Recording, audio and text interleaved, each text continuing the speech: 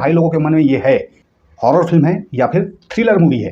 ये फिल्म अधूरी टाइप की लगती है। उन लोगों ने ये सवाल उठाया कि आर माधवन इस चीज़ को करता है तो क्यों करता है। आप सोच रहे होंगे कि आर माधवन का अजय देवगन से कोई ना कोई कनेक्शन होगा, कोई दुश्मनी होगी, किसी तरह की कोई बात हुई होगी, उसके पास्ट में कोई बात हुई होगी। अगर आप ठीक से देखेंगे तो आप समझेंगे ये फिल्म की कहानी दरअसल सिंपल सी ये है। हेलो दोस्तों, नमस्कार। मैं हूं आपका राक्षस कुमार और फाइनली इस राक्षस ने शैतान देख लिया है। तो आज की इस वीडियो में हम लोग इसी का चर्चा करने वाले हैं, यानी कि इस फिल्म का रिव्यू करने वाले हैं कि कैसी लगी शैतान। तो कुर्सी की पेटी बांध लीजिए और साथ ही अगर आप लोग चैनल पर नए आते हैं तो इसे सब्सक्राइब करना बिल्कुल ना भूलें और बेल आइकन तो बिल्कुल भी ना भूलें। 2 सेकंड लगेंगे यार, कर दो।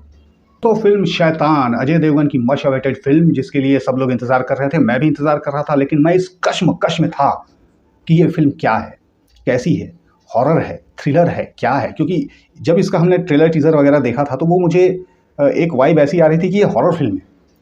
बाद में अब मैं आपको इस वीडियो में सारी चीज़ें क्लियर करता हूँ। बहुत सारे भाई लोगों के मन में ये है, हॉरर फिल्म है या फिर थ्रिलर मूवी है।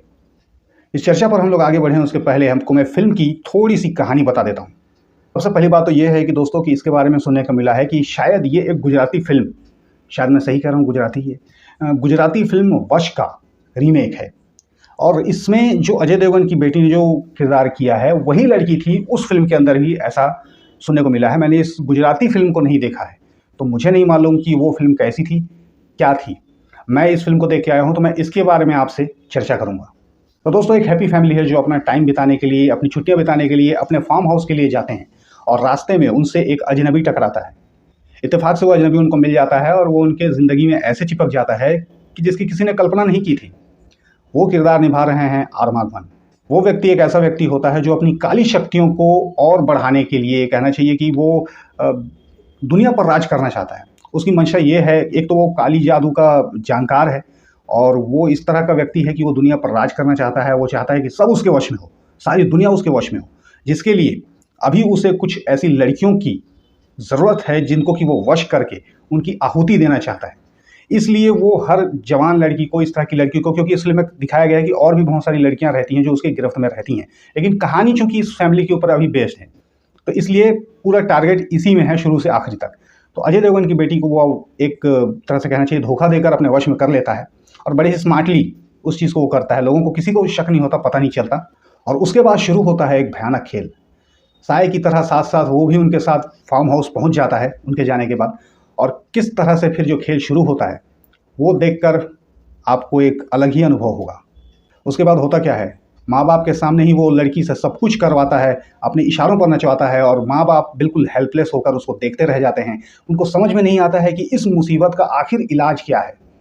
आर माधवन उनको इस हद तक तंग करते हैं, इस हद तक टॉर्चर करते हैं कि आपको भी देखकर लगेगा कि क्या एंगेजमेंट है। अब फिर अजय देवगन अपनी बच्ची को उस राक्षस से कैसे बचाते हैं, सॉरी राक्षस तो मैं हूँ, वो शैतान है, शैतान से कैसे बचाते हैं, ये देखने के लिए आपको ये पूरी फिल्म को देखना पड़ेगा। अब आते हैं उस बात पर जिसके लिए कि भाई लोग वेट कर रहे थे, यही कि ये हॉरर फिल्म है या फिर थ्रिलर फिल्म है। तो दोस्तों, मैं आप लोग को क्लियर कर दूं कि ये एक थ्रिलर मूवी है, हॉरर मूवी नहीं है। हालांकि हॉरर होती तो शायद एक नेक्स्ट लेवल और मज़ा आता, ऐसा मुझे लग रहा था। लेकिन चलो, हम लोग थ्रिलर के भी शौकीन हैं तो मुझे थ्रिलर मूवी भी अच्छी लगती हैं। जैसे कि मैंने कई बार कहा है कि thrill, horror, suspense, comedy, action, ये सब मैं देखता हूँ। फिल्म के अंदर में 2 गाने हैं दोस्तों जो कि शुरू में ही निपटा दिए गए हैं। बाद में बीच में आपको फिल्म कहीं भी बोर नहीं करेगी। मतलब बता रहा हूँ भाई, तुम्हारी कसम खा के, तुम्हारा भाई मूतने भी नहीं गया था, मैं सही बता रहा हूँ। बिल्कुल ऐसे बैठा था तो बस बैठा रह गया और पूरी फिल्म को देखा, इंजॉय किया, ये मैं कह सकता हूँ। मैं अजय देवगन का काम बहुत ही लाजवाब है और बाकी के जितने भी आर्टिस्ट ने इसमें काम किया है, आर माधवन का ले लो, नेगेटिव रोल है, बहुत ब्रिलियंट काम किया है। जो लड़की वश में होती है जिसका इसमें दिखाया गया है वही, क्योंकि उस फिल्म में भी थी ऐसा मैंने सुना है, पर इस फिल्म में भी उसकी जो परफॉर्मेंस है बहुत ही लाजवाब है। इनका एक छोटा भाई भी होता है जिसको देख करके मुझे अपना बचपन कुछ कुछ याद आया, पता नहीं क्यों। और इसके अलावा मैं फिल्म के सेट की क्या बात करूं, उसके बारे में आप लोगों को कुछ समझ में आएगा नहीं। इसके अलावा मैं फिल्म में बीजीएम के बारे में क्या बात करूं, आपको घंटा फर्क नहीं पड़ता है ये सब चीज़ें क्या है। BGM, set, location, on location, camera, काट, ये वो, पब्लिक को कुछ नहीं मांगता बॉस। पब्लिक चाहती है कि उसको एंटरटेन होना है। और जो लोग इस तरह की फिल्में देखते हैं, मैं उनको ये बता दूँ शॉर्ट में ही कि ये फिल्म आपके लिए है, आप लोग इसको देख सकते हैं। अगर मुझसे सजेशन पूछें तो भी मैं यही कहूँगा कि आप लोग इस फिल्म को देख सकते हैं। आपके ऊपर है लास्ट में कि आप लोग को ये फिल्म देखनी है कि नहीं देखनी है। मैं हमेशा की तरह यही कहता हूँ, अपने ऑडियंस के ऊपर मैं जोर नहीं देता। और हाँ दोस्तों, मैं कोई क्रिटिक नहीं हूँ, मैं भी आपकी तरह ऑडियंस हूँ जो अपने एंटरटेनमेंट के लिए फिल्म देखने जाता है। और इस फिल्म ने मुझे एंगेज करके रखा। मुझे एंटरटेन किया, ये मेरे लिए काफ़ी है। और अजय देवगन की बात की जाए तो अजय देवगन को तो मैं यही कहूँगा कि सर ऐसे जोनर आपको सूट करते हैं, कोशिश कीजिए कि इसी तरह की कुछ और लाने की ट्राई कीजिए। मतलब भोला छोड़ दीजिए, ड्रॉप कर दीजिए, मैं तो कहता हूँ सिंघम भी छोड़ दीजिए, अब वो भी बहुत अब नहीं हिलाएगा वो। बाकी हाँ, इस तरह का कुछ ट्राई कीजिए, इसमें भी आप बहुत जमते हैं और आपके लिए शायद ये अच्छा रहेगा, मुझे लगता है पब्लिक को पसंद आएगा। बाकी कितनी हिट होती है, फ्लॉप होती है, उससे मतलब मत रखो, आप अपने एंटरटेन होने के लिए इस फिल्म को देखो। अगर आप ऐसी फिल्म देखते हैं, अजय देवगन के फ़ैन हैं, तो भी आप देख सकते हैं। सोच लो, फिल्म आपको एंगेज करके रखेगी, ये मैं आपको वादा कर रहा हूँ। अब आपको कुछ और भी सुनने के लिए लोगों से मिला होगा दोस्तों, कि जैसे कि कुछ लोग कह रहे हैं कि फिल्म अधूरी टाइप की लगती है। उन लोगों ने ये सवाल उठाया कि आर माधवन इस चीज़ को करता है तो क्यों करता है? तो चलिए वो क्लियर भी मैं आपके लिए कर देता हूँ कि ऐसा क्यों हुआ है। देखिए, अगर आपको इस तरह से देखना है फिल्म को, अगर आप इस नज़रिए से देखते हैं, तो आपको फिल्म अधूरी लगेगी। जैसे कि आप सोच रहे होंगे कि आर माधवन का अजय देवगन से कोई ना कोई कनेक्शन होगा, कोई दुश्मनी होगी, किसी तरह की कोई बात हुई होगी, उसके पास्ट में कोई बात हुई होगी, जिसकी वजह से वो रिवेंज लेने के लिए ये करता है। तो आप वहाँ पर गलत होंगे, आप वहाँ पर निराश होंगे, आपको ऐसा फिल्म में कुछ नहीं मिलने वाला है। फिर एक सवाल जो खड़ा करते हैं कि ऐसा आर माधवन ने किया क्यों था? तो वो इस फिल्म को अगर आप ठीक से देखेंगे तो आप समझेंगे, ये फिल्म की कहानी दरअसल सिंपल सी ये है कि वो एक काला जादू करने वाला इंसान होता है, आर माधवन जो कैरेक्टर है, और उसको लड़कियों की ज़रूरत होती है। जो जैसे कि आप देखते हैं ना अक्सर ऐसे फिल्मों में कि लड़कियों को उसने वश में किया, फिर उनको वो बलि चढ़ा देता है, आहुति उनकी दे देता है, ताकि उसकी काली विद्या और काली शक्ति बढ़ सके। इतना सही मैटर है इसमें भी।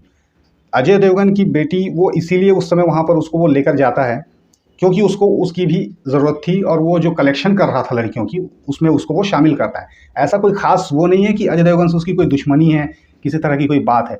रैंडमली वो किसी भी लड़की को, उस तरह की लड़की को लेता है और उसको वो आहुति देने के लिए अपने इकट्ठा करता है, ये आप मान के चलो। और इसीलिए वो ये सब काम करता है। वरना लोगों के मन में सवाल है कि भाई किया क्यों? उनके साथ करना क्या चाहता है ये? एक जो खड़ा हो रहा है ना, बार-बार कई लोग कह रहे हैं, सुना होगा आपने, तो ये वही चीज़ है। वो एक काला जादू वाला आदमी है। उसके लिए ये मायने नहीं रखता था कि अजय देवगन से उसकी कोई दुश्मनी है, किसी से कोई दुश्मनी है। बस उसको एक चाहिए, एक लड़की चाहिए जिसको कि वो ले और उसको वो अपने आहुति के लिए जिस दिन वो देना चाहता है, उस दिन के लिए जमा करे और उस दिन लास्ट में अपने उस काम को अंजाम दे, ताकि वो शक्तिशाली बन सके। ये काल्पनिक कहानी है, इन सब चीज़ों का सही की ज़िंदगी में कोई लेना-देना नहीं है। अब है कि नहीं है, ये तो भगवान ही जाने। हम लोग तो डरपोक आदमी हैं। खैर, एन्जॉय कीजिए, आप इस तरह से फ़िल्म को समझिए। ये फ़िल्म एक कंप्लीट फ़िल्म है। पार्ट-वार्ट, भाग-वाग का तो इसमें कुछ ऐसा अब तक आया नहीं है।